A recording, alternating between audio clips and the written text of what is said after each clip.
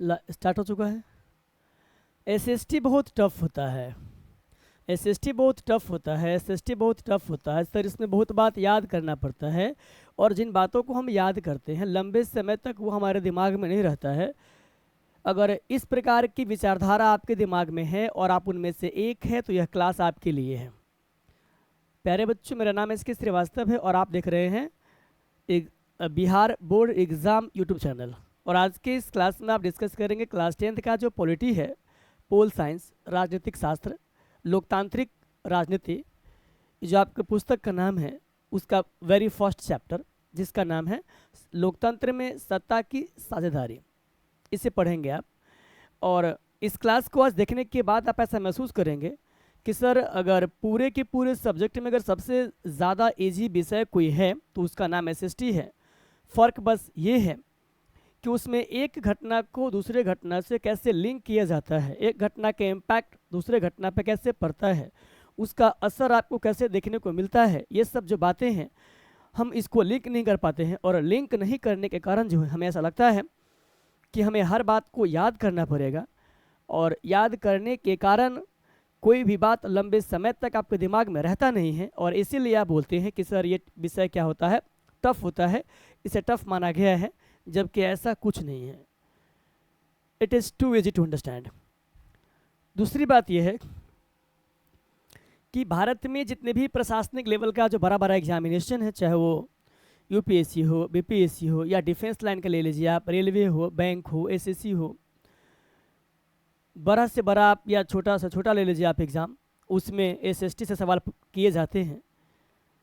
और अगर आप इसको प्यार से पढ़ेंगे तो जिन बच्चों का सपना होता है कि हम क्लास 10th के बाद 12th करें और 12th करते ही हम आर्मी में जाए, या अगर हम ऑनर्स करते हैं उसके बाद मुझे जाने का मन होगा दरोगा में, बिहार पुलिस में, तो हर जगह ये आपका काम आएगा। तो आप पेशेंस के साथ इस क्लास को देखिएगा, हम ऐसा उम्मीद करते हैं। और आइए इस कहानी को लेके आगे आते हैं। ठीक है बच्चों, चलिए।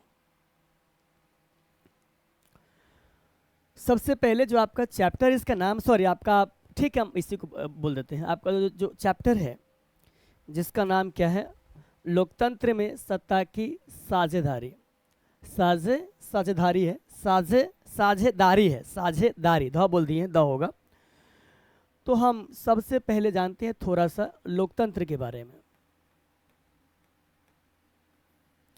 इसी को आप कभी कभी बोलते हैं जनतंत्र, जनता का तंत्र, और आप इसी को बोलते कभी कभी क्या, प्रजातंत्र।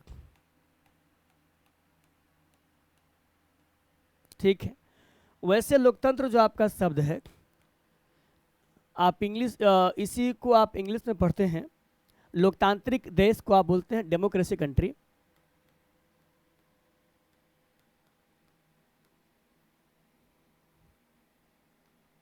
DEMOCRACY, जो भारत विश्व के सबसे बड़ा लोकतांत्रिक देश में से एक है। एक क्या, सबसे बड़ा देश है ये लोकतंत्र के मामले में।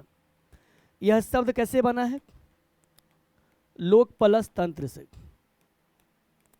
लोक के का मीनिंग आप जानते हैं, जनता बोल लीजिए, या अगर आपको कहने का मन है तो आप लोग भी कह सकते हैं। और तंत्र का मतलब होता है शासन। तो अमेरिका के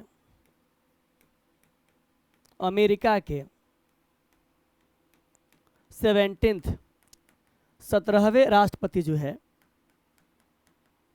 जिनका नाम आप जानते हैं अब्राहम लिंकन, उन्होंने लोकतंत्र को परिभाषित किया था कि वैसा शासन व्यवस्था जो लोगों के द्वारा और लोगों के लिए चलाया जाता है, या वैसा शासन व्यवस्था जो लोगों के लिए लोगों के द्वारा चलाया जाता है, हम इसे कहते हैं लोकतांत्रिक शासन व्यवस्था। और उसी लोकतांत्रिक व्यवस्था से आपका बना है लोकतंत्र, या आप ऐसा बोल लीजिए कि इसी लोकतंत्र से बना है आपका लोकतांत्रिक शासन व्यवस्था। इंग्लिश में अगर बात करें हम, तो ये बना है डेमो प्लस क्रेसी से, CRACY। इसमें डेमो का मतलब होता है पीपल, PEOPLE। अगर आप इसी को पढ़ेंगे, एक और मैं अगर यहाँ पे जोड़ दूँ डेमन, तो इसका मतलब होता राक्षस। तो इसका मीनिंग क्या होगा बच्चों? राक्षस। तो थोड़ा शब्दों को समझिएगा। और कृषि का मतलब होता रूल, जिसको आप क्या बोलते हैं? शासन। तो कुल मिलाकर के आपको ये समझ में आ गया, इन बातों को आप समझ गए कायदे से, कि लोकतंत्र का 3 नाम है। लोकतंत्र, जनतंत्र, प्रजातंत्र। जन का मतलब भी लोक होता है, प्रजा का मतलब भी आप जानते हैं। तो मैंने इसमें इस वर्ड को ब्रेक किया तो हमें मिला लोक प्लस तंत्र। इसमें लोक का मतलब जनता होता है, तंत्र का मतलब शासन हो गया।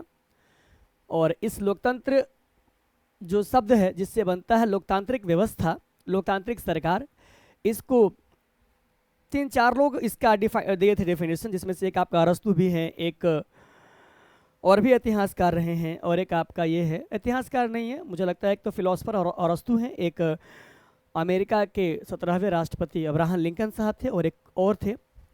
लेकिन सबसे ज़्यादा जो परिभाषा फेमस हुआ वो अमेरिका के 17th प्रेसिडेंट, जिनका नाम था अब्राहम लिंकन, उनके द्वारा था, कि वैसा शासन व्यवस्था जिसमें लोगों का लोगों के लिए लोगों के द्वारा काम किया जाता है, शासन व्यवस्था चलाई जाती है, आप उससे क्या बोल देते हो? लोकतांत्रिक शासन व्यवस्था, इसको आप बोल देते हो। ठीक है, तो इन बातों को आप क्या किए हैं? समझ गए हैं, इस बात को आप समझते हैं। अब जो आपका पहला चैप्टर है जिसका नाम है लोकतंत्र में सत्ता की साझेदारी। लोकतंत्र, लोकतंत्र में, यही है ना चैप्टर? लोकतंत्र में द्वंद्वाद हो गया ये। लोकतंत्र में सत्ता की साझेदारी, सत्ता की साझेदारी,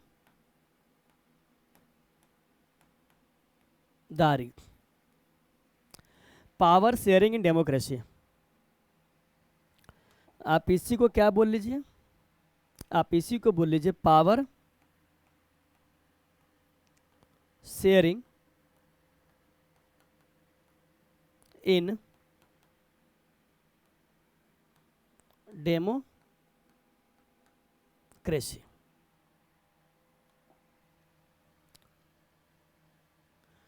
पावर शेयरिंग इन डेमोक्रेसी।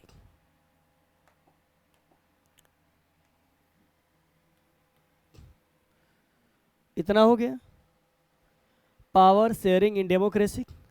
ये अगर अच्छे से नहीं दिख रहा है तो हम इसको एक बार और लिख देते हैं।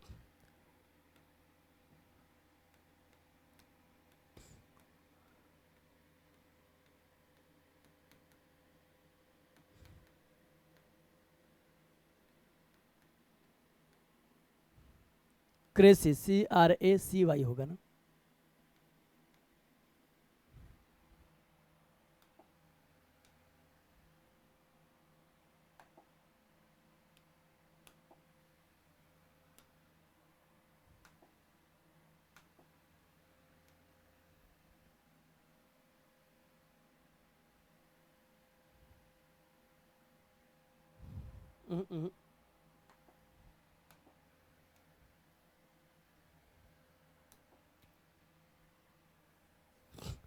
Power sharing in democracy.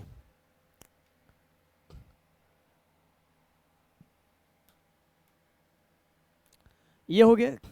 अब देखिए, तो चूंकि ये बात आप लोग जानते हैं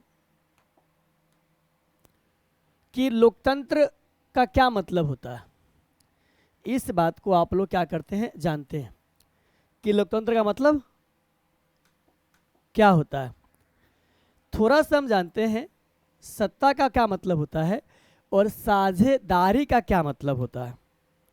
सत्ता का मीनिंग क्या होता है और साझेदारी का मीनिंग क्या होता है, हम इसे क्या करते, थोड़ा सा समझने का प्रयास करते। देखिए प्यारे बच्चों, सत्ता का मतलब होता है पावर। सत्ता का मतलब क्या होता है? पावर।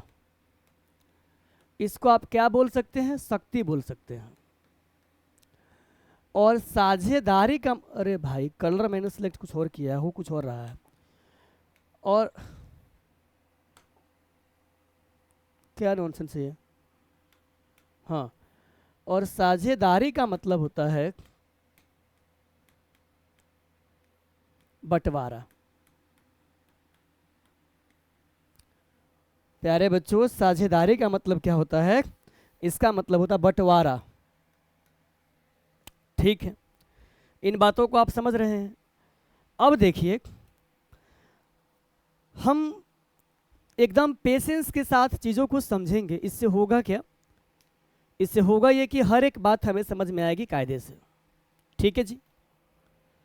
सत्ता के बारे में आप जानते हैं कि सत्ता को आपने कहा क्या? पावर कहा, शक्ति कहा। तो हम पहले इसके बारे में आपसे बात करते हैं। जैसे देखिए, हम छोटा सा एग्जाम्पल आपके पहले घर का लेंगे। ये आपका घर हो गया। इस घर में 10 लोग हैं। ठीक है, इस घर में 10 लोग हैं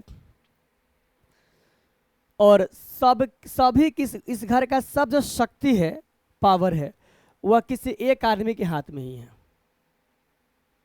उसको जो मन में आएगा, जिससे वो करवाएगा, वो अपने प्राथमिकता के बेस पर जो है लोगों को परेशान करे, चाहे जो करवाने का मन होगा सो करेगा।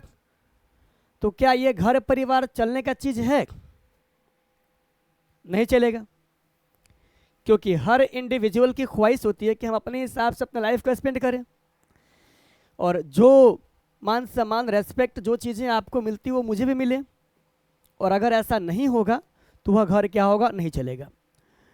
अब हम बात कर लेते हैं इस चीज़ को पूरे देश को लेकर के, पूरे देश के कॉन्टेक्स्ट में।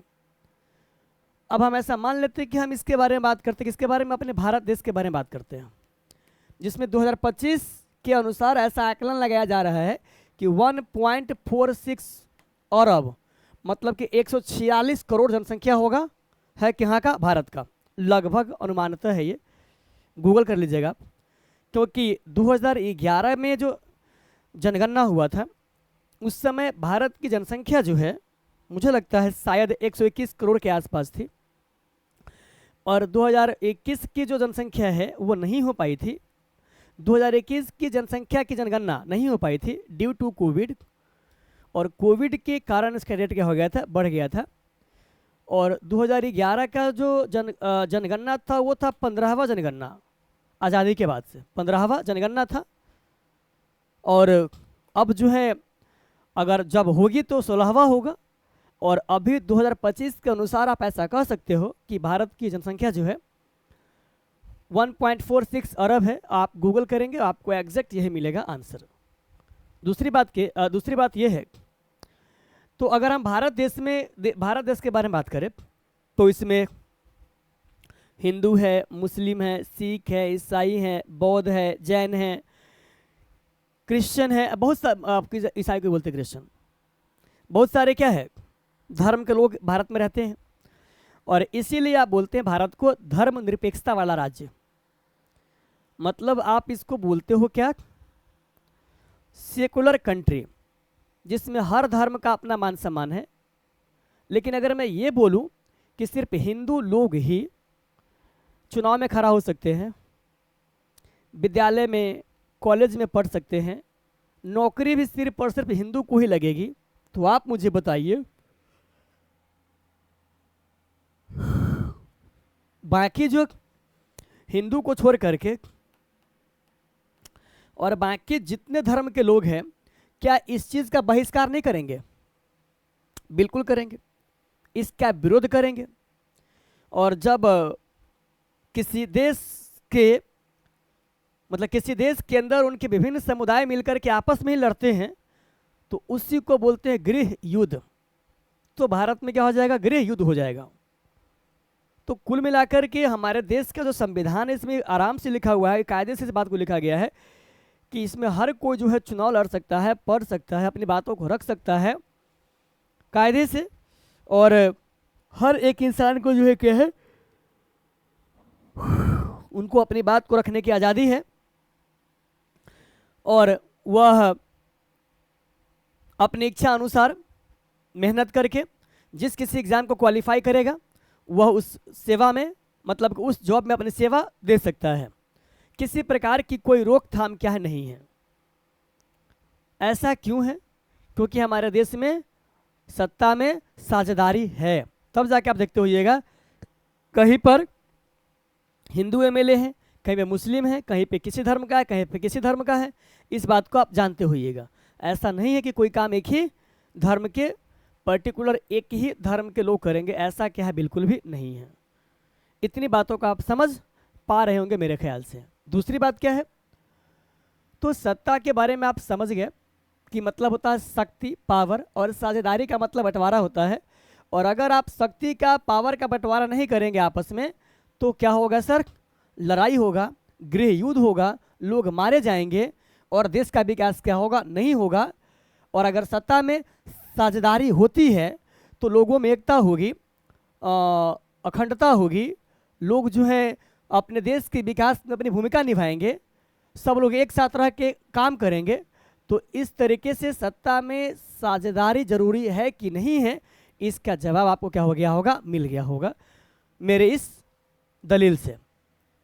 मतलब मेरे इन बातों को जो मैंने बात किया अभी आपसे, तो इन बातों को आप क्या किए हैं? समझ गए हैं।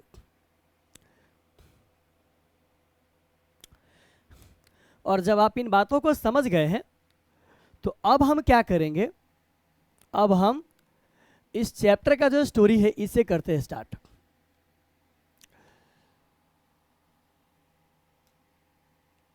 ठीक है बच्चों, इस चैप्टर का जो स्टोरी है हम उसे क्या करते हैं?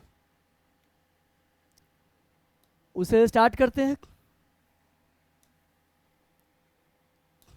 चलिए, कुल मिलाकर के इस पूरे के पूरे चैप्टर में प्यारे बच्चों दो देश की कहानी है।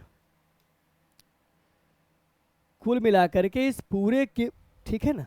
हाँ, कुल मिलाकर के इस पूरे के पूरे चैप्टर में क्या है? दो देश की कहानी है, जिसमें से एक कंट्री का नाम क्या है? बेल्जियम है।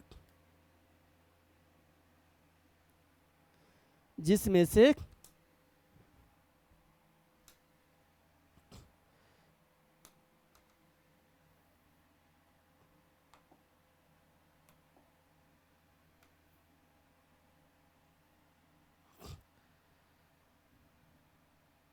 अरे यार इतना परेशान करवाएंगे आप हैं?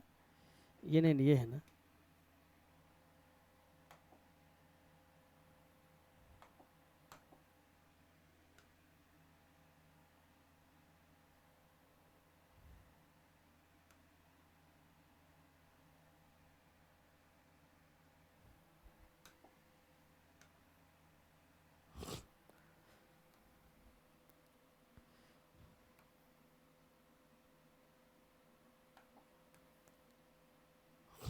ठीक है, अब आपके दिमाग में ऐसा चल रहा होगा कि सर आपने ऐसे क्यों किया है, तो हमने ऐसे क्यों किया, इसका जवाब आपको मिल जाएगा अभी।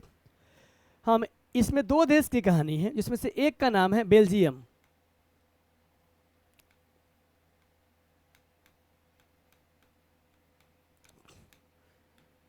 एक का नाम बच्चों क्या है? बेल्जियम है। और एक देश का नाम श्रीलंका है।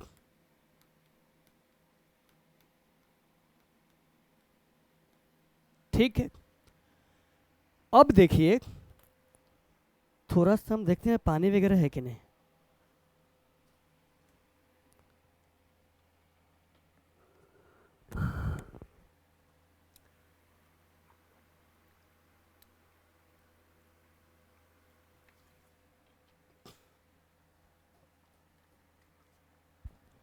चलिए,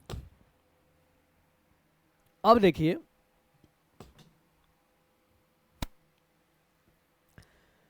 ये अभी आप क्लास 10th के छात्र हैं,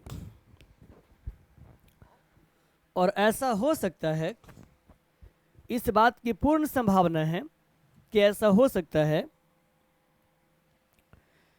कि आपके क्लास में जो शिक्षक पढ़ाते होंगे साइंस, तो साइंस वाले शिक्षक जो है अपने आप को मानते हैं बादशाह। बिल्कुल मानिए, क्योंकि इस देश के विकास में साइंस का बहुत बड़ा योगदान है। और अगर आज स्पेशली आज के इस ज़माने में अपने आप को विद्वान मानना अच्छी बात है, लेकिन दूसरों को बेवकूफ़ मानना ये थोड़ा सा खटकता है।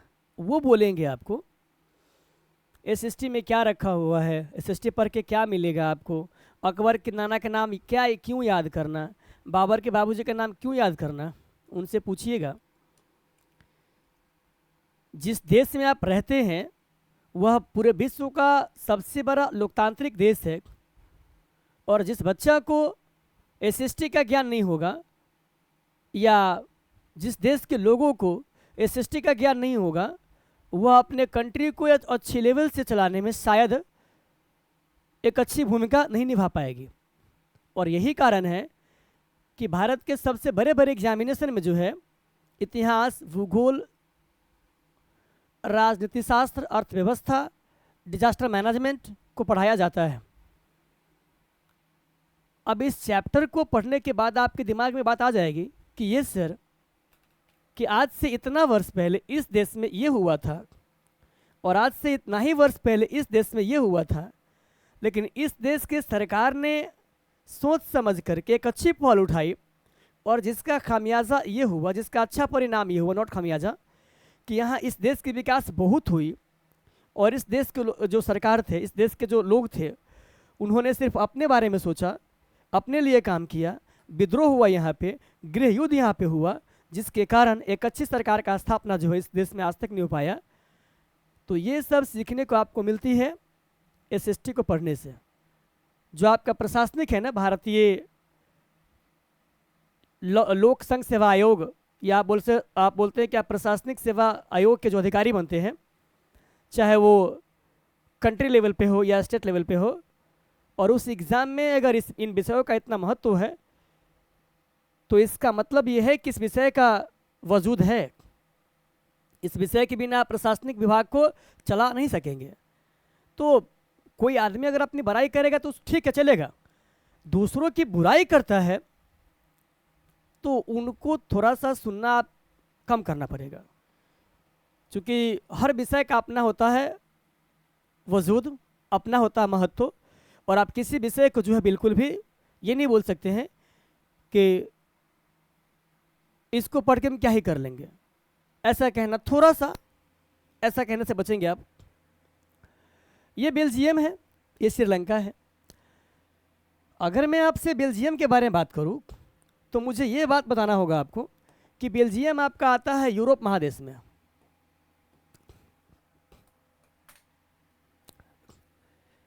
ये लिखा था आपने क्या?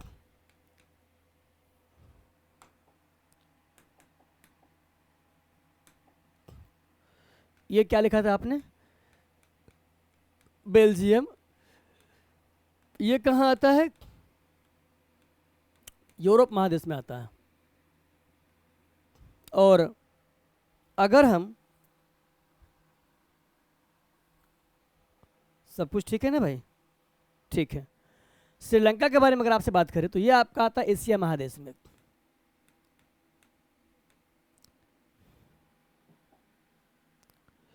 ये कहाँ आता है बच्चों? क्या पेन वाला व्यवस्था कब ठीक होगा भाई? ये आता है एशिया महादेश में। अब एक सवाल आपके दिमाग में आता होगा कि सर हम इस यूरोप और इस एशिया को पढ़ने से पहले थोड़ा सा जान लेते। किसके बारे में? महादेश के बारे में। तो महादेश की संख्या कुल मिलाए कितनी है?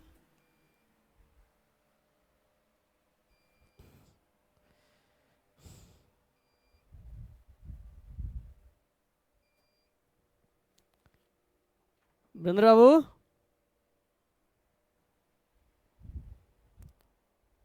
वीरेंद्र जी, चल रहा है, कोई दिक्कत ही ना?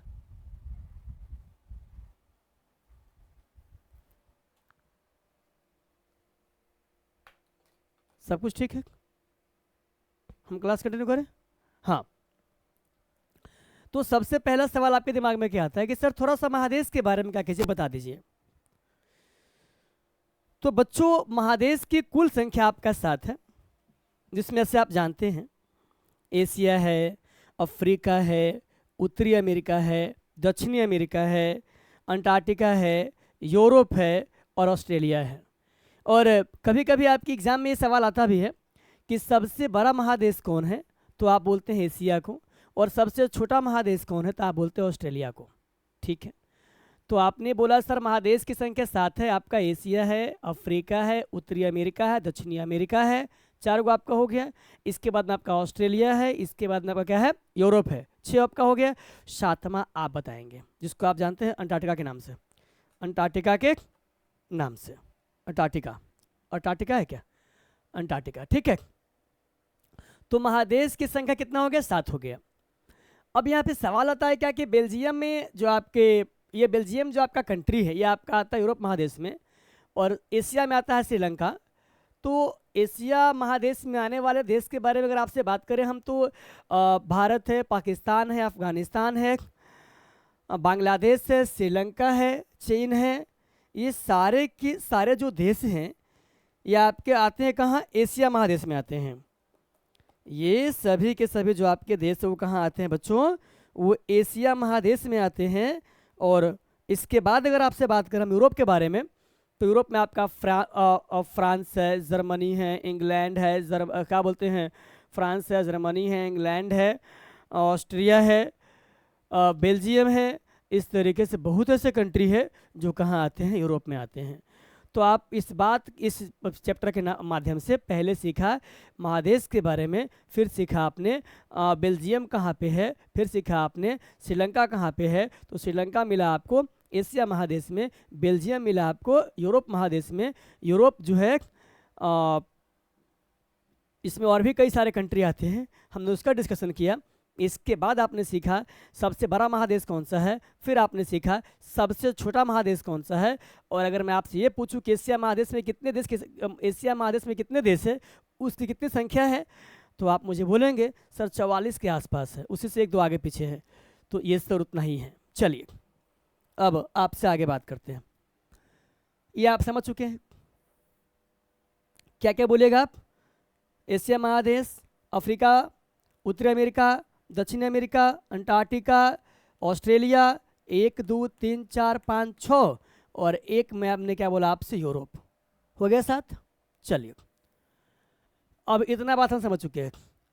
इतना बात अगर हम समझ जाएं तो अब बेल्जियम के सरकार क्या करते हैं। बेल्जियम के जो उस समय सरकार होते हैं, उसमें उस समय जो सरकार में होते हैं वो सत्ता में साझेदारी करते हैं, लेकिन श्रीलंका के जो लोग होते हैं, जो वहाँ पे सरकार में बैठे जो लोग होते हैं, वो क्या करते हैं, वो सत्ता में साझेदारी नहीं करते हैं, जिसके कारण श्रीलंका में गृह युद्ध होता है और बेल्जियम में गृह युद्ध क्या होता है, नहीं होता है। ठीक है, अगर बेल्जियम विकास किया तो उसके पीछे सबसे बड़ा जो है योगदान इसी चीज़ का क्या स्थापना का है। और ये अब अगर विकास नहीं हुआ, अगर आज भी छोटे मोटे लड़ाइयाँ दंगा अगर होता है श्रीलंका में, तो उसके पीछे क्या है, यही रीजन है। तो मुझे लग रहा है कि इन बातों को समझने में आप लोगों में से किसी महानुभाव को शायद किसी प्रकार की कोई परेशानी वाली बात क्या बिल्कुल भी नहीं है। चलिए अब आपसे हम आगे बात करते हैं। बात करें बच्चों आगे, चलिए आगे बात करते हैं। लेकिन आप लोग क्या कीजिएगा, थोड़ा सा नोटबुक निकाल के सामने रखिएगा। अगर कोई बात का अक्सर बातें जो आपको हम बताएंगे जो नोट करने वाली होगी, उसको आप नोट करते रहिएगा। इससे क्या होगा, जब हम चैप्टर ख़त्म करेंगे तो सारे के सारे सवाल क्या होंगे, आपसे बनेंगे। ठीक, चलिए ये आपका बेल्जियम हो गया। बेल्जियम के बारे में अगर बात करें हम, तो सबसे ज़्यादा जिस भाषा को बोला जाता था उस कम्युनिटी का क्या नाम था, डच। यू कैन से कि 59% लोग जो हैं, 50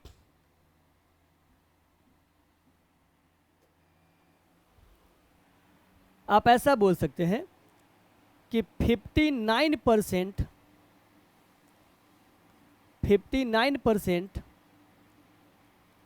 जो लोग हैं वहाँ पे क्या बोलते थे?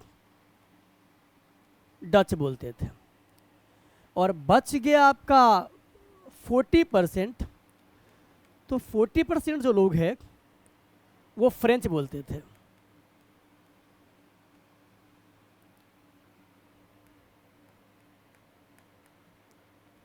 वो फ्रेंच बोलते थे।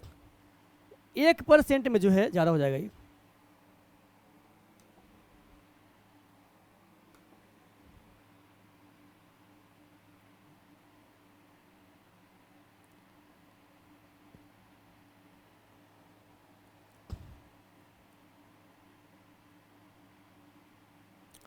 हम इसको एक मान लेते हैं और 1% में जो है आपके अन्य आ गए। इतना समझ रहे हैं आप? बेल्जियम में 59% जो है डच बोलने वालों की संख्या थी, 40% आपका फ्रेंच बोलने वालों की संख्या थी, 1% में आपका अन्य आ गया। और अगर हम इसके बाद की बात करें तो आपको यहाँ पे अब इन बातों को समझना होगा।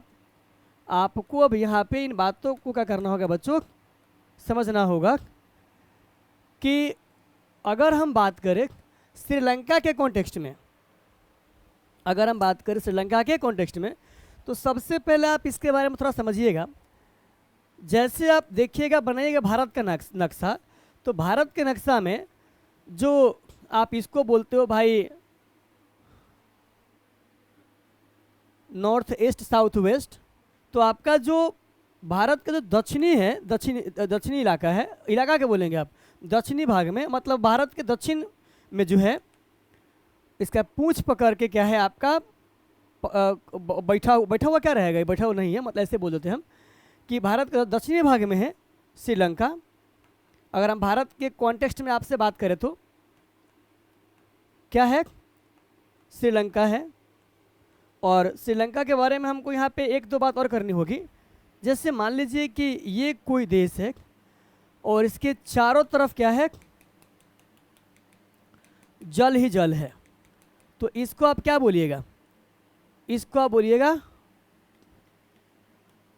टापू बोल लीजिए, इसको या द्वीप बोल लेते हैं, ठीक है? तो श्रीलंका एक द्वीप है और वैसा स्थल जो चारों तरफ पानी से क्या हो? घिरा हो। अगर आपसे सवाल पूछा जाएगा कि द्वीप किसे कहते हैं, तो सीधा बोल सकते हैं आप कि वैसा स्थल, वैसा नहीं। जब हम इसको इस बात को बता रहे हैं तो हम यहाँ पे क्यों लिखे? अगर आपसे पूछा जाए द्वीप को लेकर के, तो बोलिएगा कि वैसा स्थल, वैसा स्थल जो चारों तरफ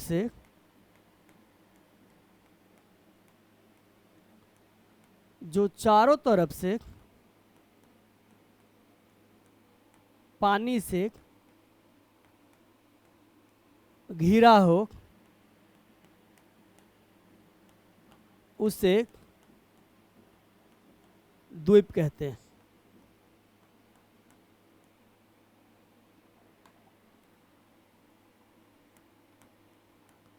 और इसीलिए हम लोग जो है श्रीलंका को द्वीपीय देश के नाम से भी क्या करते हैं? जानते हैं। श्रीलंका दक्षिण एशिया का एक द्वीपीय देश है। तो इसीलिए अगर हम चाहें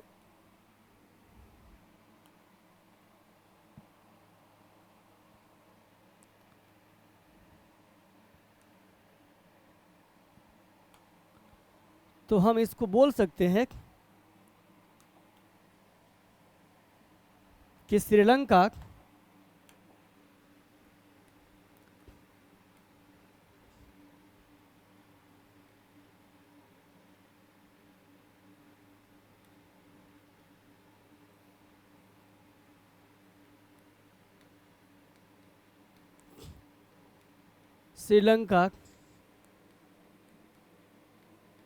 दक्षिण एशिया का एक द्वीपीय देश है।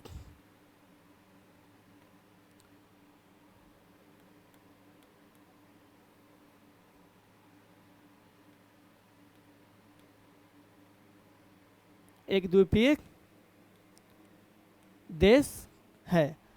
हम ऐसा कह सकते हैं किसके बारे में? श्रीलंका के बारे में। और जो आपका बुक लिखा हुआ है, हम अभी के जनसंख्या के बारे में बिल्कुल नहीं बात कर रहे हैं। जिस समय की ये घटना है, अगर हम उस समय को ध्यान में रख के बात करें श्रीलंका के जनसंख्या को लेकर के, तो उस समय श्रीलंका की जनसंख्या, उस समय श्रीलंका की जनसंख्या लगभग 2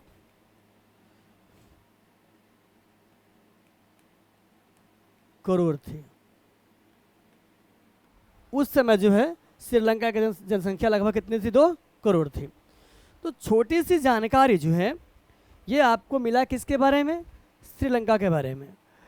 कि आपने श्रीलंका के बारे में क्या समझा?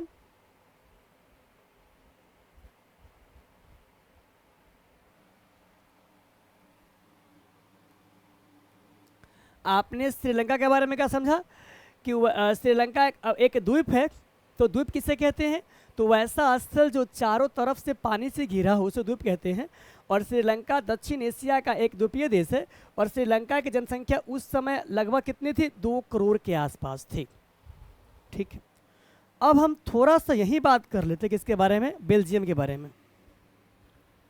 अगर हम यहीं पे आपसे बात कर ले किसके बारे में?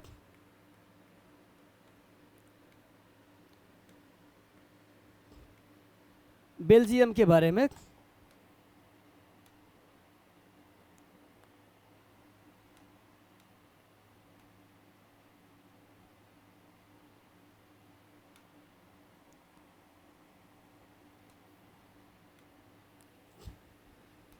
अगर हम थोड़ा सा आपसे बात कर ले किसके बारे में?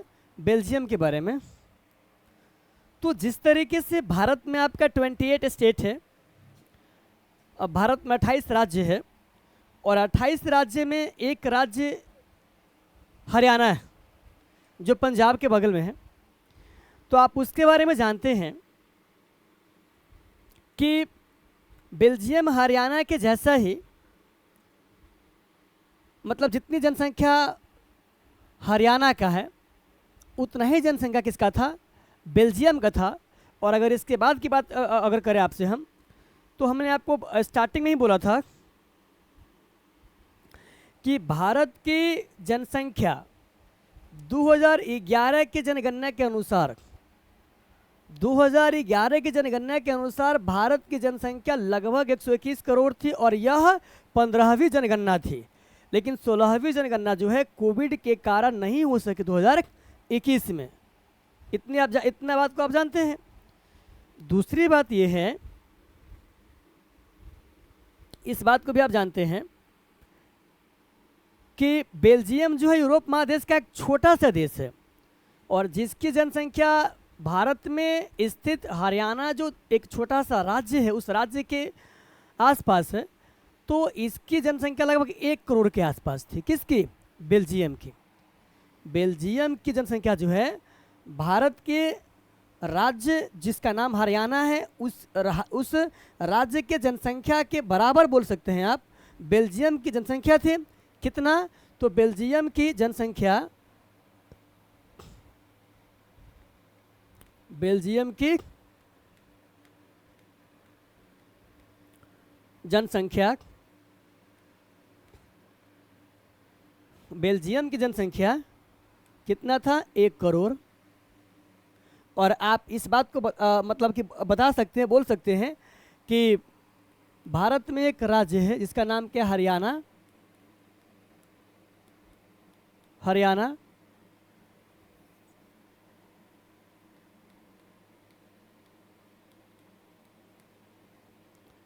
क्या यार लिखेंगे, क्या पढ़ाएंगे हम? मन से लिखाया गया ना तो थोड़ी मन करेगा पढ़ाने का।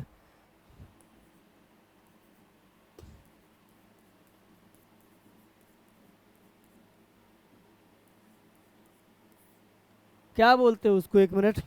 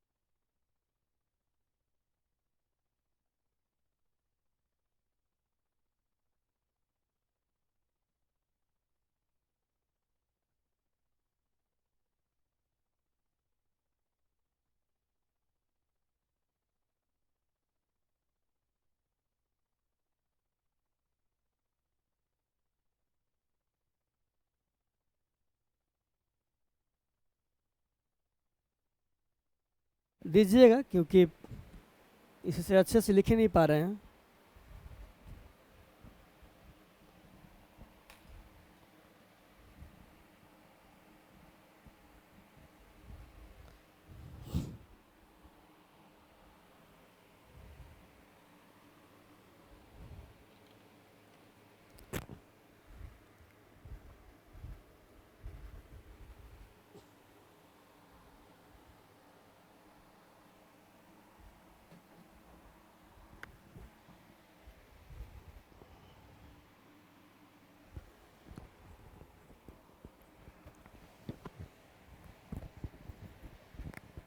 चलिए, हेलो हेलो,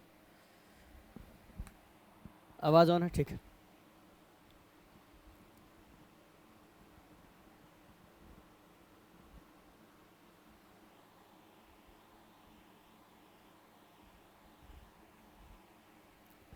हाँ, तो मुझे लग रहा है कि शायद इतनी बातों को आपने क्या किया, ध्यान से सीखा है, समझा है कि हमने क्या बोला है।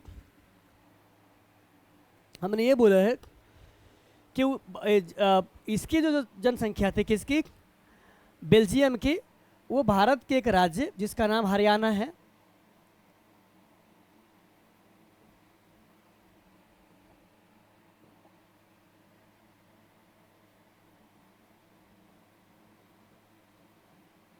ठीक है, इसके समान थे, हरियाणा के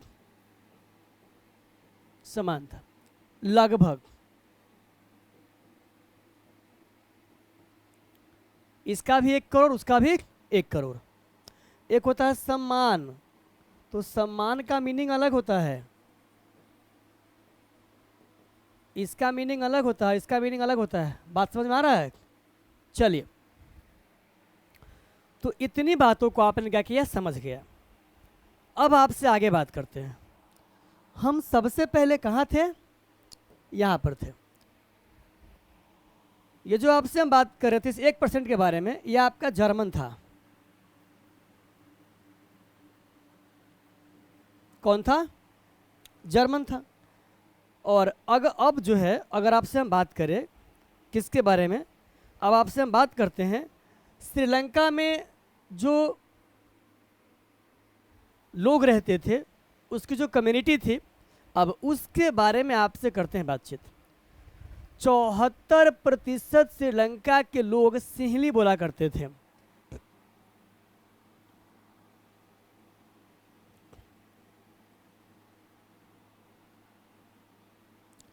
मतलब 74%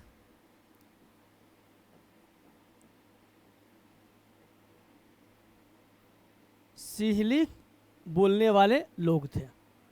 कहाँ? श्रीलंका में। ठीक है, इसके बाद अगर आपसे बात करें हम, तो 18% था आपका तमिल और 7% था आपका ईसाई।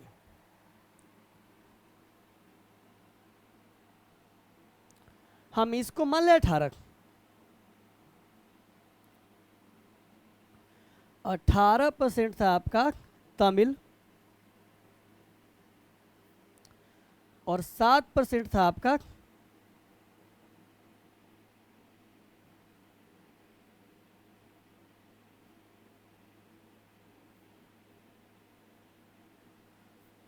ईसाई। ठीक है, इतना बात आप समझ चुके हैं। अब अगर आपसे आगे बात करें, तो तमिल बोलने वाले जो लोग थे, ये थे हिंदू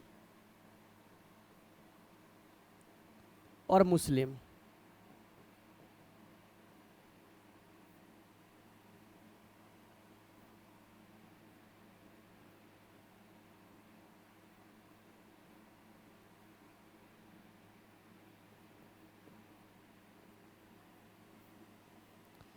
तमिल बोलने वाले जो लोग थे वो क्या थे? हिंदू और मुस्लिम थे। बाकी जो आपका बच गया 7%, जो यूरोप में, यूरोप महादेश के इंग्लैंड, जर्मनी, फ्रांस, मतलब फ्रेंच कंट्री, फ्रांस से जो लोग आए हुए थे, वो यहाँ रहते थे। ये जो आपका बच गया 7%, ये आपका हो गया यूरोप के लोग इसमें आए थे। जर्मनी हो गया, इंग्लैंड हो गया, फ्रेंच हो गया,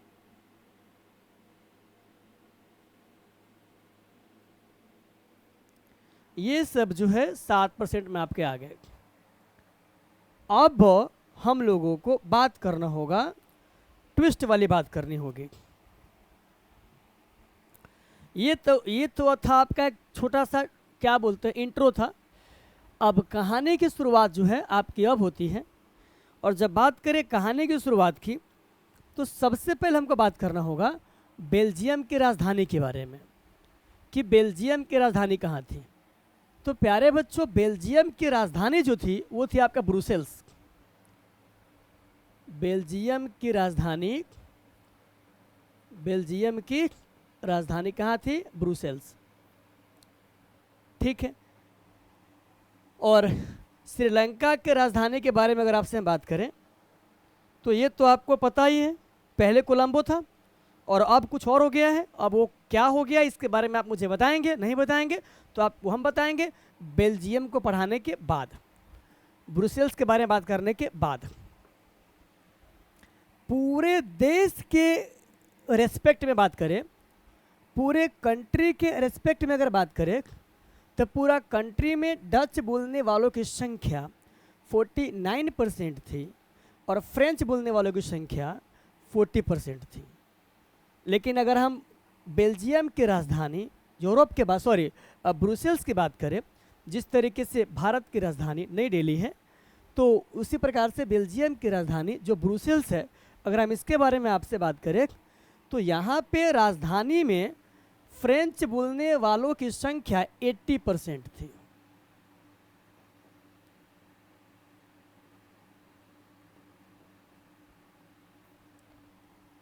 थोड़ा सा ध्यान से समझिएगा, यहाँ पे जो है फ्रेंच बोलने वालों की संख्या कितनी थी?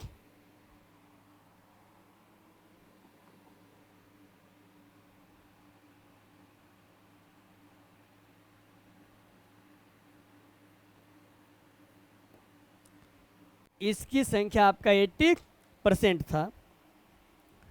और बच गया जो डच, तो डच बोलने वालों की संख्या जो है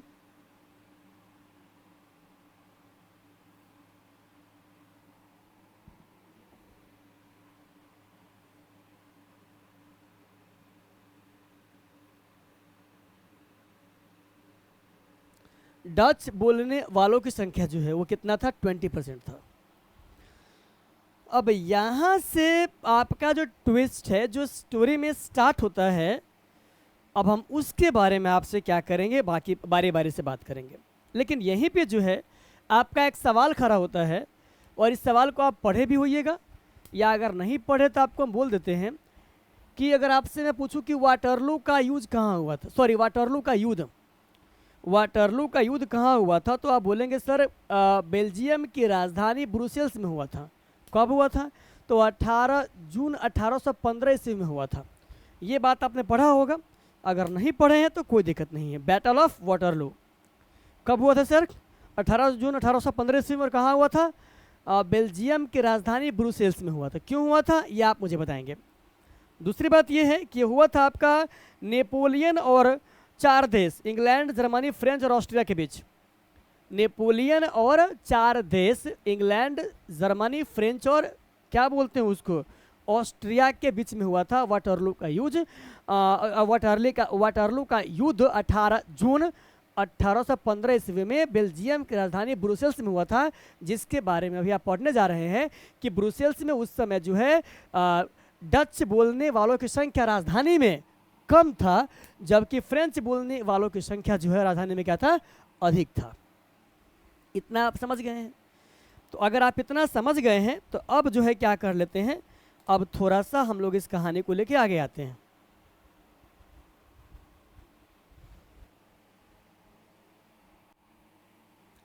अब जब आगे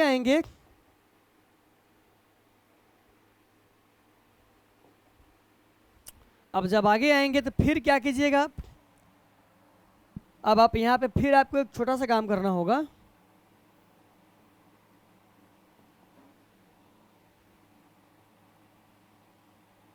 ये ले लीजिए, और यहाँ क्या ले लीजिए आप, बेल्जियम।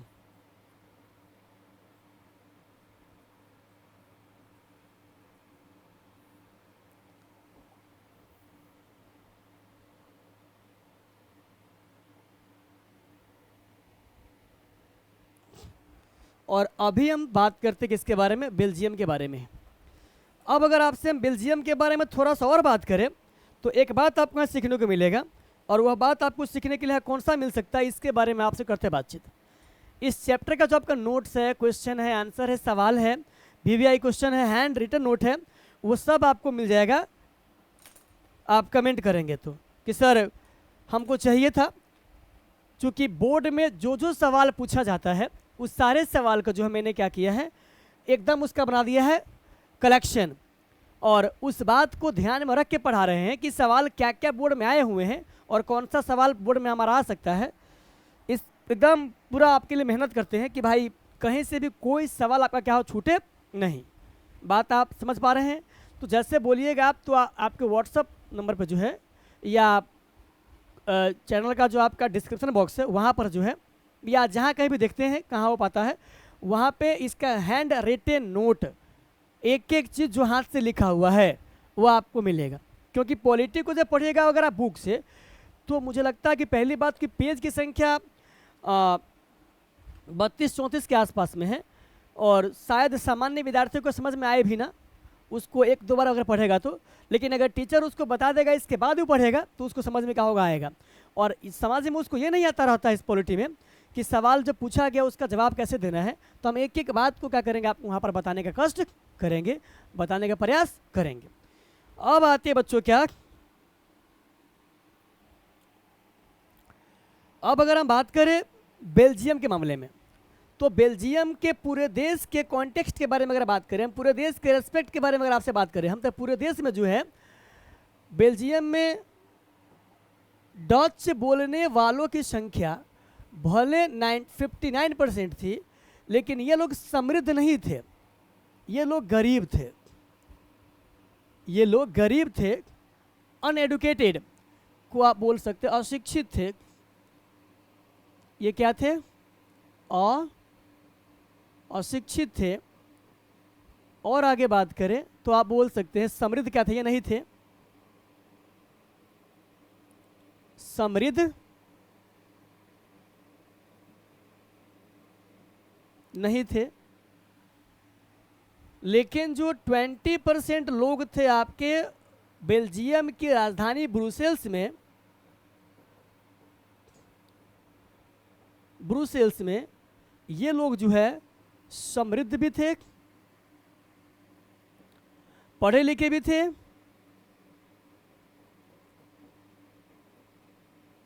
और इसके साथ साथ जो है क्या बोलते हैं उसको, शिक्षित भी थे।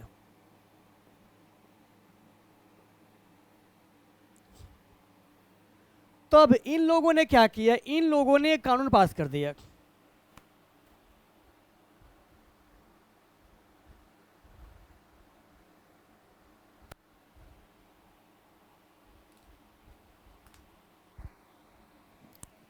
अब ये लोग क्या कर दिए, जो ब्रुसेल्स में रहते थे, ये लोग क्या कर दिए, कानून पास कर दिए कि भाई जो व्यवस्था है शिक्षा का, स्वास्थ्य का, सरकारी नौकरी का, चुनाव में खड़ा होने का, ये सब के सब जो है कौन करेगा, मतलब इस सब का उपभोग कौन करेगा, तो सिर्फ और सिर्फ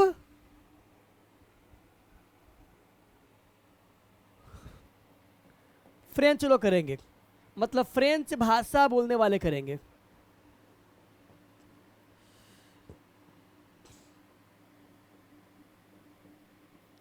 फ्रेंच भाषा बोलने वाले लोग जो है सरकारी सेवाओं में या बोल सकते हैं शिक्षा का, स्वास्थ्य का, या जितना भी व्यवस्था देश का है उस सब का प्रयोग कौन करेगा, फ्रेंच भाषा बोलने वाले लोग करेंगे। ऐसा क्या किया, इन्होंने नियम बना दिया। अब जैसे ऐसा होता है तो अब क्या होगा, जो डच बोलने वाले लोग थे ये क्या करते हैं भाई, जो डच बोलने वाले लोग थे ये क्या करते हैं, ये विद्रोह कर देते हैं। डच बोलने वाले लोग जो है क्या करते हैं, ये विद्रोह कर देते हैं कि भाई जो व्यवस्था आपको मिल रही है, जो व्यवस्था आपको मिल रही है वह व्यवस्था जो है मुझे भी मिलनी चाहिए। विद्रोह करता है, विद्रोह कौन करता है सर, तो विद्रोह करता है डच बोलने वाले लोग। चूंकि डच बोलने वाले लोगों की संख्या जो है वह ज़्यादा था, लेकिन वो लोग जो है पढ़े लिखे क्या थे, पढ़े लिखे नहीं थे, अशिक्षित थे और समृद्ध भी नहीं थे। तो ये लोग क्या किए, ये लोग जो है विद्रोह कर दिए। और जब ये लोग विद्रोह किए तो बेल्जियम की जो सरकार थी वो क्या किए, इस पे एक्शन लिया। जो बेल्जियम का सरकार था वह क्या किया, इस पे एक्शन लिया और उन्होंने एक अच्छी पहल की शुरुआत की। उन्होंने क्या किया, एक अच्छी पहल की, एक अच्छी पहल की, एक अच्छी पहल की शुरुआत की। और वह अच्छी पहल की शुरुआत क्या होता है, हम इसके बारे में भी आपसे बात करेंगे। लेकिन फिलहाल आप इसे समझिए, ये समझना होगा आपको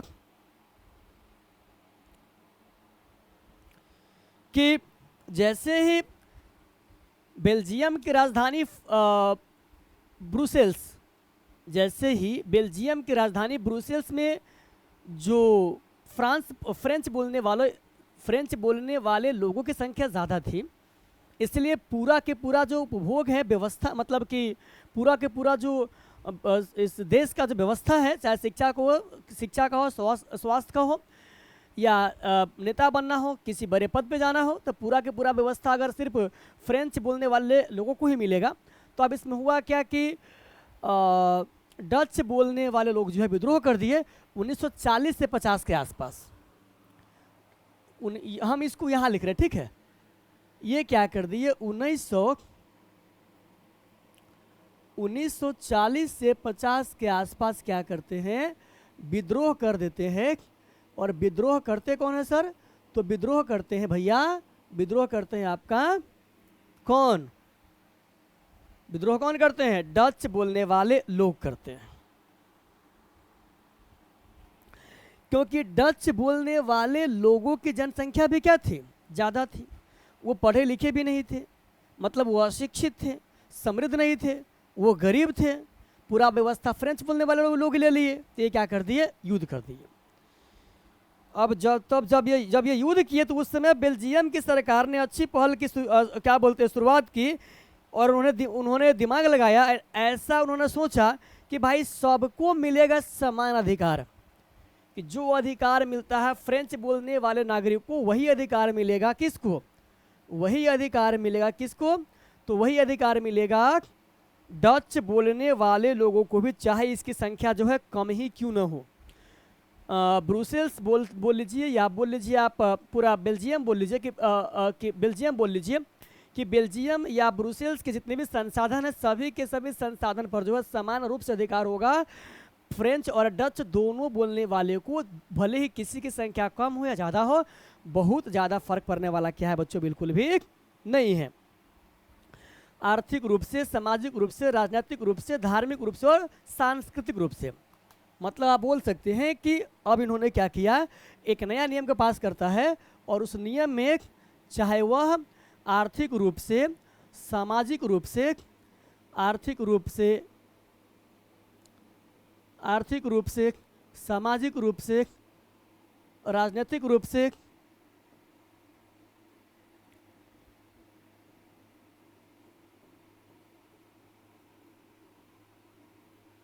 धार्मिक रूप से, धार्मिक और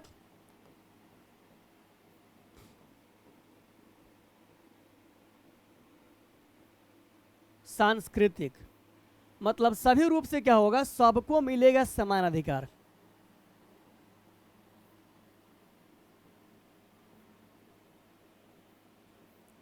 सबको मिलेगा समान अधिकार। बात आपको अगर समझ में, और अगर बात आए समान अधिकार का, तो इसीलिए क्या हुआ, कुछ टिप दिए वहां पे क्या,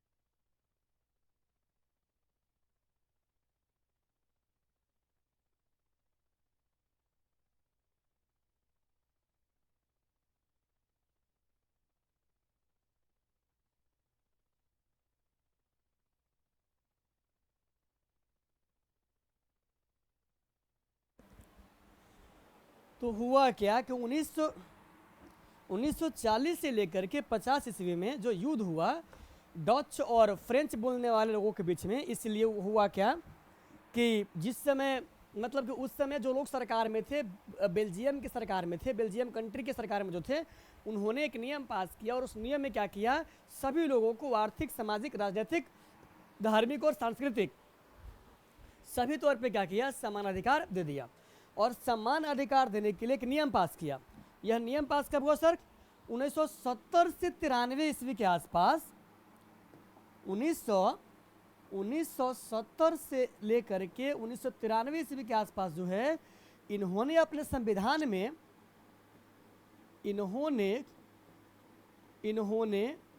अपने संविधान में मतलब अपने देश के इन्होंने अपने देश के संविधान में लगभग 4 बड़े परिवर्तन लाए। या इसके बारे में हम अभी आपको बताते हैं, लिखवाते हैं समझाने के बाद। 1970 से लेकर के 93 ईस्वी के दौरान क्या हुआ, इन्होंने अपने देश के संविधान में चेंजेस लाए। और वह चेंजेस जो है आगे चल के फेमस हुआ, कहा गया बेल्जियम मॉडल के नाम से। जिस तरीके से भारत देश में अगर भारत देश के राजनेता या भारत देश के लोग जो हैं, अगर भारत देश के संविधान को चेंज करते हैं, तो इसको आप क्या बोलिएगा? भारत देश का जो संविधान का मॉडल होगा, इसको आप क्या बोलिएगा? India model. तो उस समय इसको क्या कहा गया? Belgium model. मतलब 1970 से लेकर के 1993 ईस्वी तक 4 बार अपने संविधान में क्या किए? संशोधन किए। इन्होंने अपने देश के संविधान में 4 बार क्या किए? 4 बार संशोधन किए। देखिए, यही सब कारण है कि ब्रुसेल्स मतलब कि बेल्जियम का विकास हुआ और श्रीलंका का नहीं हुआ। समझे कि नहीं? सुधार किए और संविधान में जो सुधार किया गया उससे बेल्जियम मॉडल का नाम दिया गया। और अब आप यहाँ पे लिख सकते हैं, और संविधान में जो सुधार हुआ और संविधान में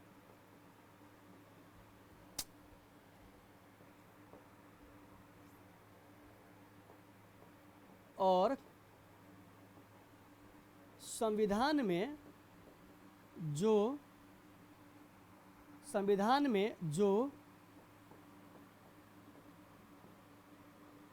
सुधार हुआ उसको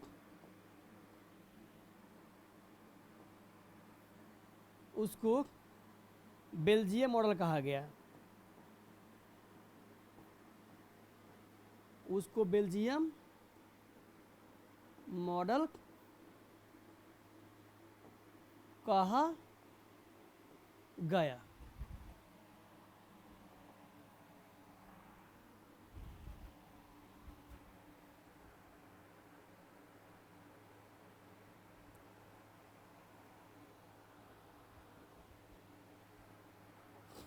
ठीक है। अरे भाई, ये कहाँ चला गया?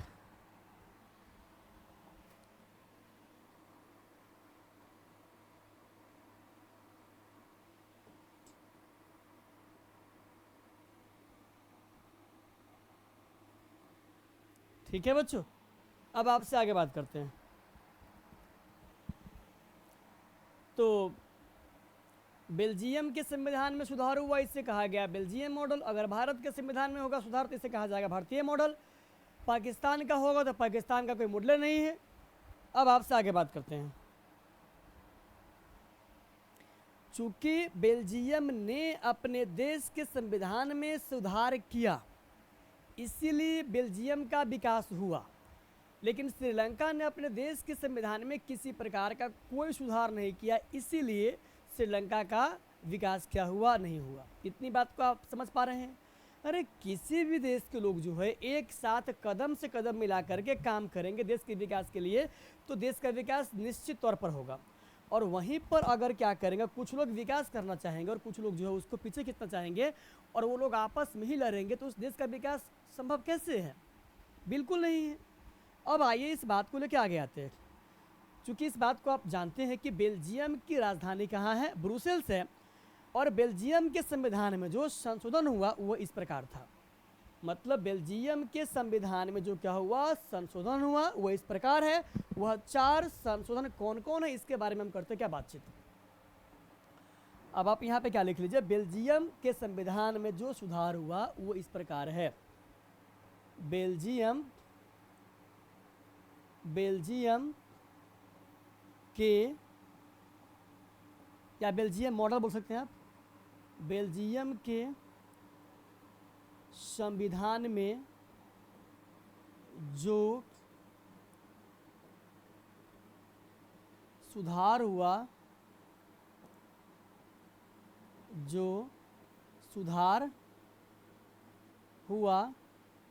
वो इस प्रकार है।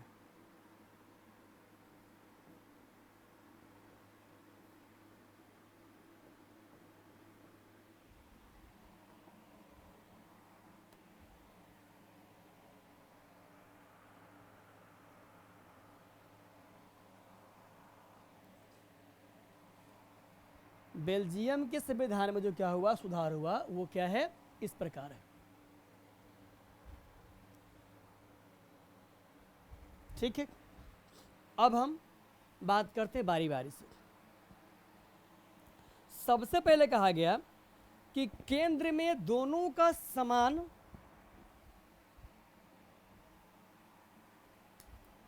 केंद्र में दोनों का समान मंत्री रहेगा। मंत्री मतलब क्या, आप पहले ये कह लीजिए जनप्रतिनिधि, कि जितना जनप्रतिनिधि जो है केंद्र में डच बोलने वालों का रहेगा, उतना ही संख्या में जनप्रतिनिधि जो है वह फ्रेंच बोलने वालों का ही रहेगा। मतलब फ्रेंच बोलने वालों का क्या होगा, रहेगा। मतलब पूरे देश में डच ज़्यादा था और फ्रेंच कम था, फिर भी फ्रेंच और डच दोनों के जो जन प्रतिनिधि होंगे वो समान होंगे। ये रहा आपका पहला मॉडल। तो आप बोल सकते हैं कि केंद्र में मंत्रियों की संख्या, केंद्र में मंत्री से ज़्यादा अच्छा होगा जनप्रतिनिधि। तो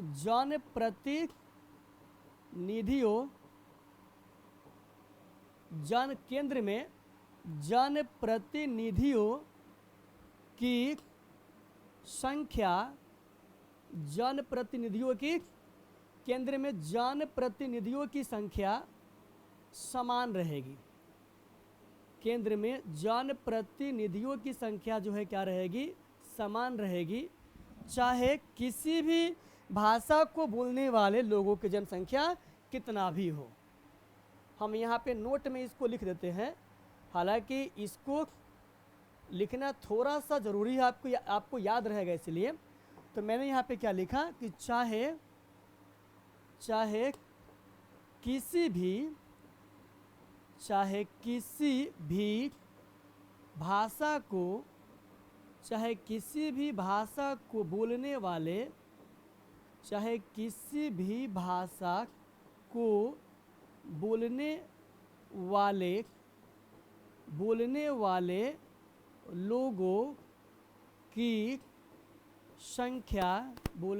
लोगों की संख्या कितना भी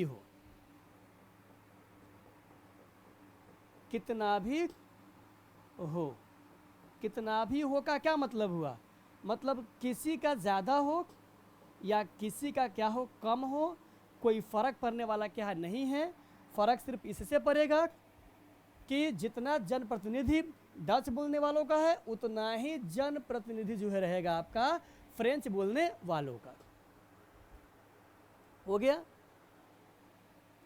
तो हम इसको लिख दिए नोट में, इसको आपको लिखने की आवश्यकता नहीं है, बस मैंने समझने के लिए या समझाने के लिए आपको क्या किया, बताने का प्रयास किया है, ताकि आपको दिक्कत क्या हो ना हो। तो मुझे लगता है क्या कि इन बातों को समझना आपके लिए बहुत बड़ी बात क्या है नहीं है।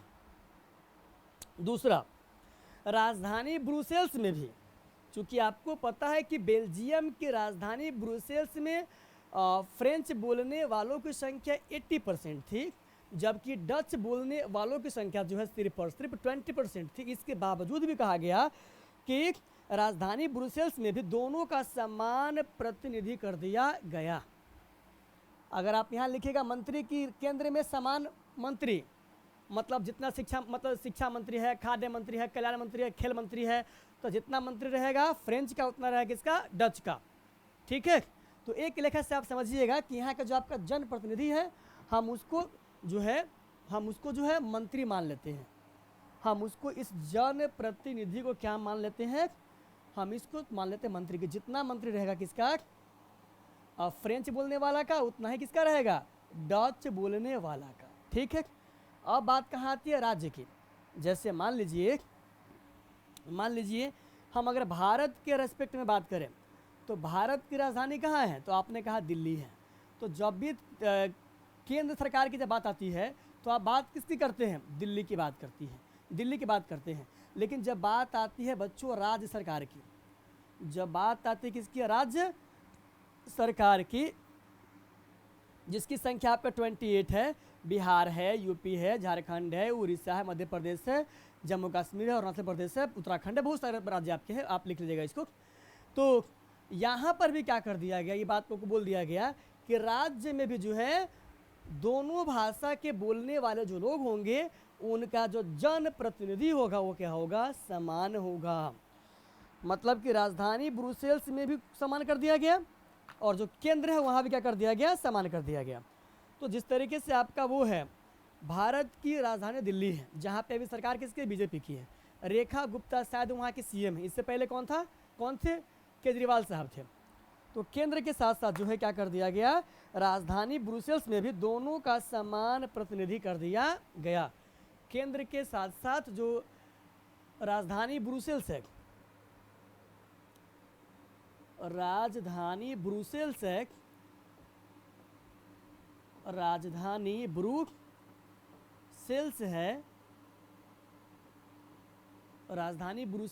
वहाँ भी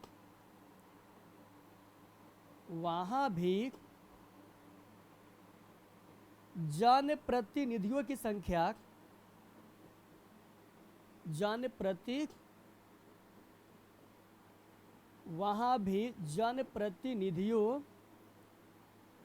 की संख्या,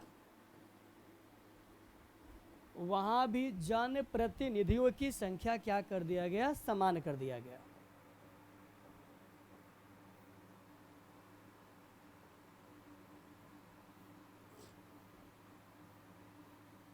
ठीक है, बात आ गया समझ में।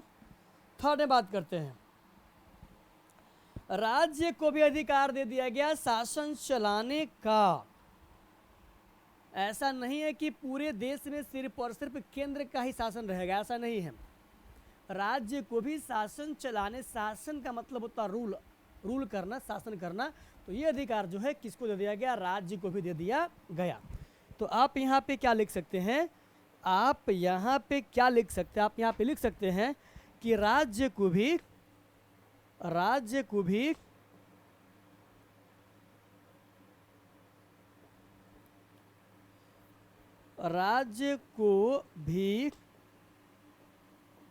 शासन चलाने का अधिकार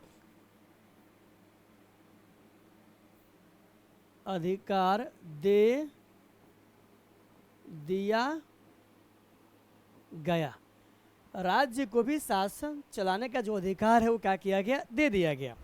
और बात करें अगर आपसे हम नंबर 4 बेल्जियम मॉडल का जो चौथा सुधार है उसके बारे में हम बोल सकते हैं कि सामुदायिक सरकार समझते हैं, कम्युनिटी। सामुदायिक सरकार चलाने का अधिकार जो है, मतलब फ्रेंच बोलने वाला जो है देश में कहीं पर भी फ्रेंच बोलने वाले को सपोर्ट कर सकता है, और डच बोलने वाला देश में कहीं पर भी डच बोलने वाले को सपोर्ट कर सकता है। समझे, मतलब वो अपने समुदाय को जो है कहीं पर भी क्या कर सकता है, चुन सकता है। अर्थात सामुदायिक सरकार का क्या किया गया, गठन किया गया। आप यहाँ पे क्या लिख सकते हैं, सामुदायिक सरकार का, सामुदायिक सामुदायिक सरकार का, सामुदायिक सरकार, सामुदायिक सरकार का क्या किया गया, सामुदायिक सरकार का गठन किया गया। सामुदायिक सरकार का क्या किया गया, गठन किया गया। सामुदायिक सरकार का क्या किया गया,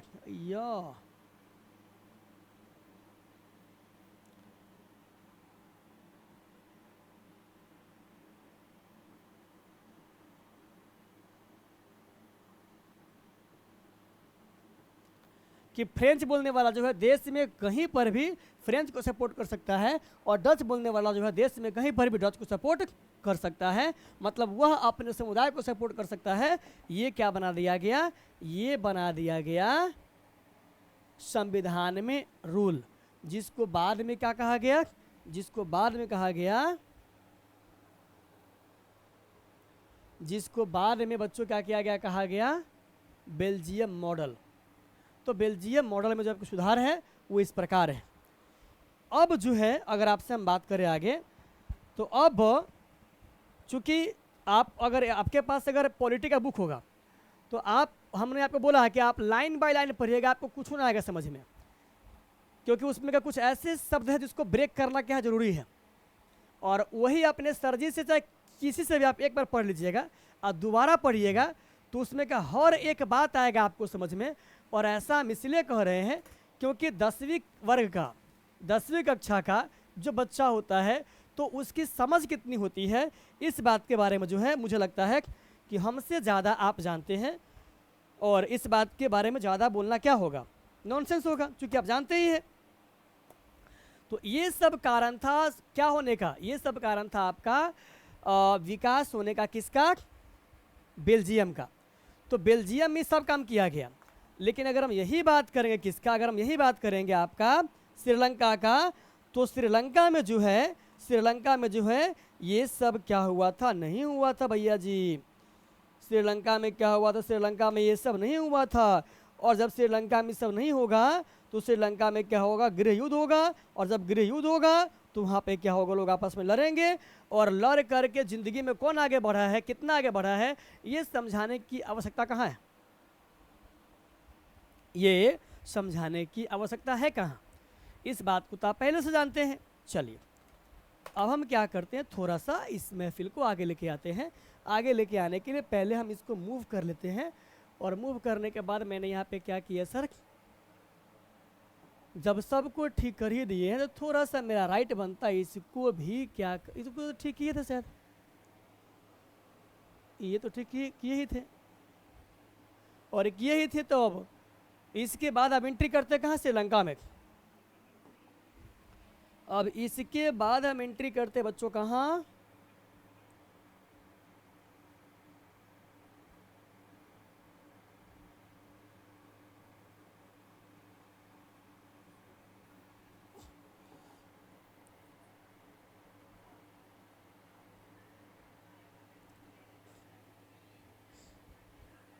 अब एंट्री करते हैं श्रीलंका में। तो हमारा सबसे पहला सवाल होगा कि श्रीलंका आज़ाद कब हुआ। सीधा बोलेंगे आप, सर भारत हुआ था 1947 में और श्रीलंका हुआ था 1948 में। मतलब ये कि श्रीलंका जो है वो आज़ाद हुआ था 1948 ईस्वी में। आप इसको यहाँ पे अगर चाहें तो लिख सकते हैं। ये रहा आपका पहला सवाल कि श्रीलंका आज़ाद कब हुआ। श्रीलंका आज़ाद 1948 ईस्वी में। श्रीलंका आज़ाद 1948 ईस्वी में हुआ। इतना आप जान गए, इसमें किसी प्रकार की कोई परेशानी की बात आप में से किसी को शायद नहीं है।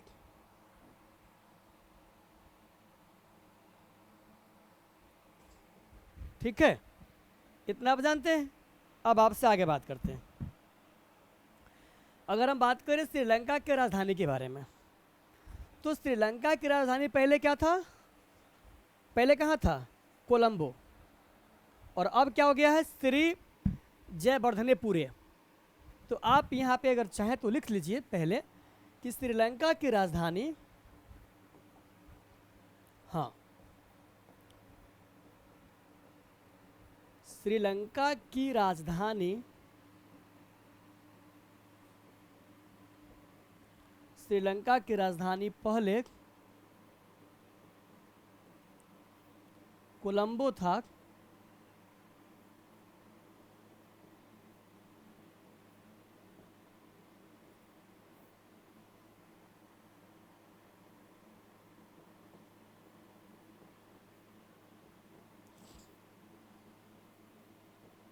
कोलंबो था, लेकिन अब श्री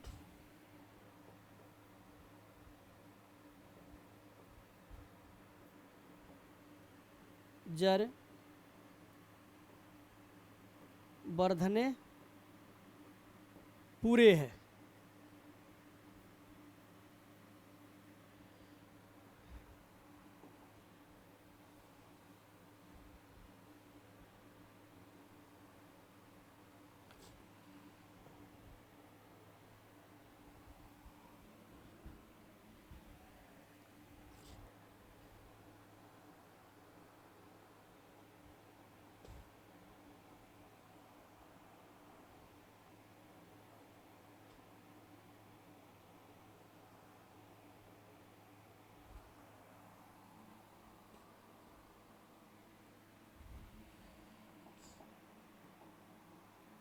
चलिए,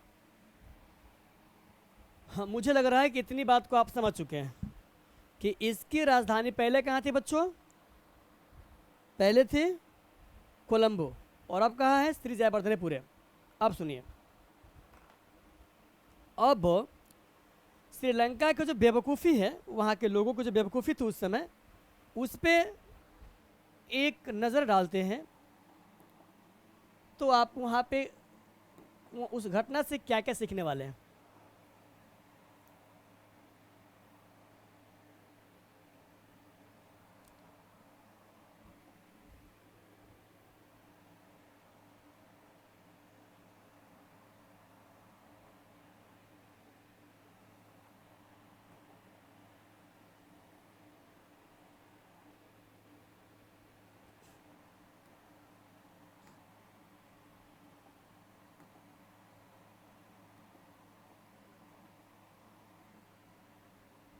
चलिए, ध्यान दीजिएगा।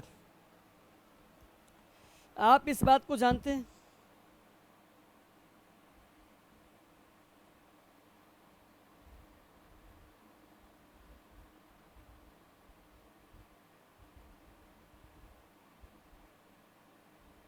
चौहत्तर होगा ना?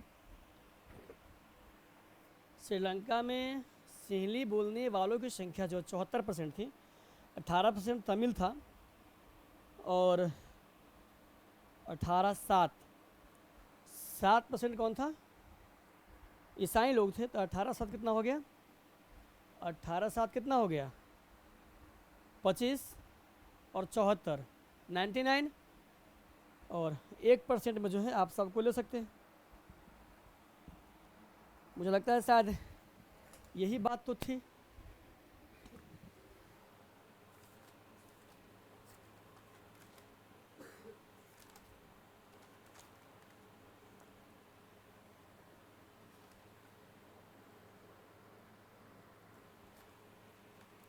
चौहत्तर 1% में सब आ जाएगा। ये सभी क्रिश्चियन धर्म के प्रवर्तक है, और जो बच गया 1% उसमें से बहुत सारी जाति मिला हुआ है। वही तो हम कह रहे हैं, हम 99 ही पूर रहा है, हमको बताना है 100% के बारे में। चलिए बच्चों, बात करते हैं आपसे। तो 74 होगा आपका सिंहली।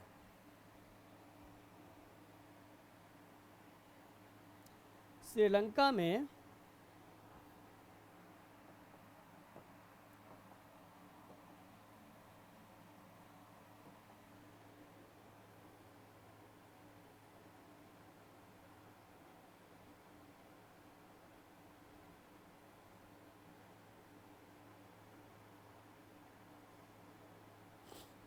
श्रीलंका में 74%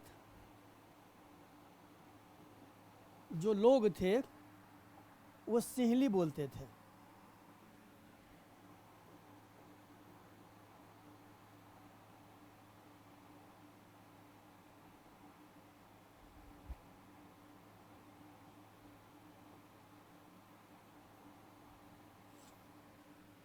ठीक है, बाकी आपके बचे कितने, 18%, वो तमिल वाले थे।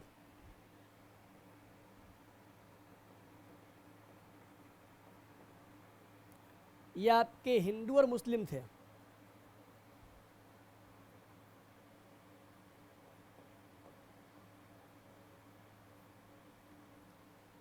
बाकी जो आपका बच गया 1%, 1% वैसे कम ही होगा, लेकिन हम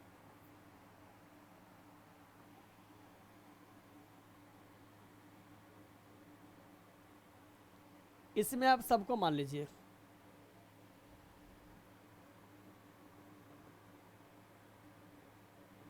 अन्य जो यूरोप से आए हुए थे, ईसाई धर्म के प्रवर्तक,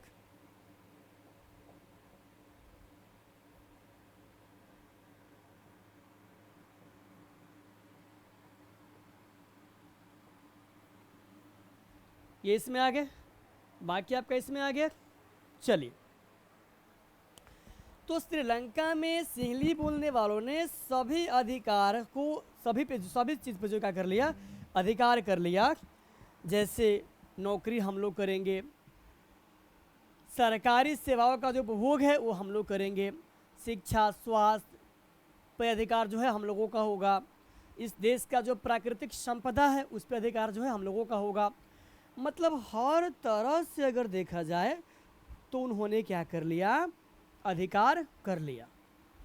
और अधिकार करके छोड़ा नहीं, अब इसके साथ साथ किस किस नियम को पारित किए, इसके साथ साथ किस किस नियम को पास किए, अब हम इस नियम पर बात करेंगे तो आपको लगेगा ये सर की प्रॉब्लम तो इस बात की थी और यही कारण था कि श्रीलंका के लोग क्या रह गए, पीछे रह गए। पहला बात, सबसे पहले 1956 ईस्वी में सिंहली को राजभाषा का अधिकार दे दिया गया, मतलब राजभाषा का दर्जा दे दिया गया सिंहली को। यहाँ पे अब प्रॉब्लम क्रिएट होता है स्टार्ट। 1956 ईस्वी में सिंहली भाषा को राजभाषा के रूप में अधिकार दे दिया गया, या अधिकार दे दिया गया, अधिकार दे दिया गया, या बोल सकते हैं, या आप बोल सकते हैं क्या कि सिंहली भाषा को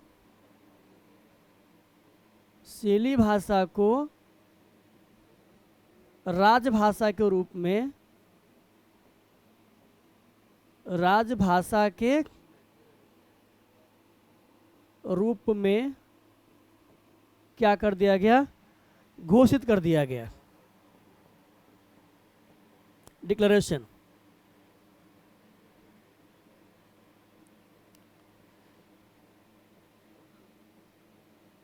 घोषित कर दिया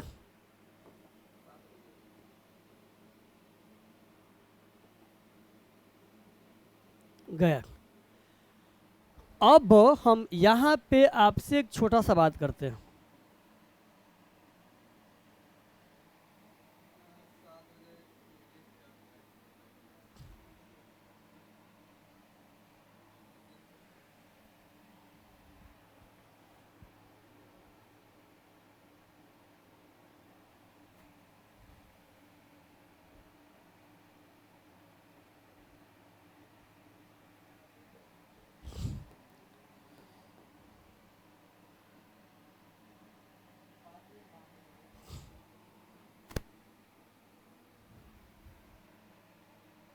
नहीं हो पाएगा,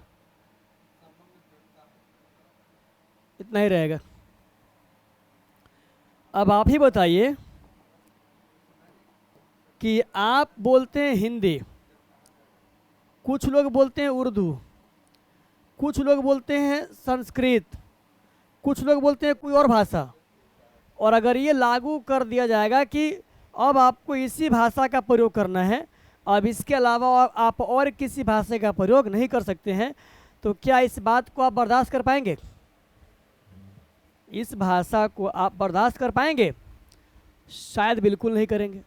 और अगर नहीं करेंगे तो युद्ध करेंगे, युद्ध करेंगे तो सेना को तैयार करेंगे, सेना को तैयार करेंगे तो उसका कुछ ना कुछ आप नाम देंगे, नाम दे के जब आप बाद में आप लड़ेंगे, तो जब अपने ही देश के कोई कम्युनिटी किसी दूसरे कम्युनिटी के खिलाफ लड़ता है तो उससे क्या होता है, जान माल की क्षति होती है, हज़ारों में लाखों में लोग मारे जाते हैं, और इससे कहते हैं गृह युद्ध। सुनिए ना, बैटरी लो हो गया।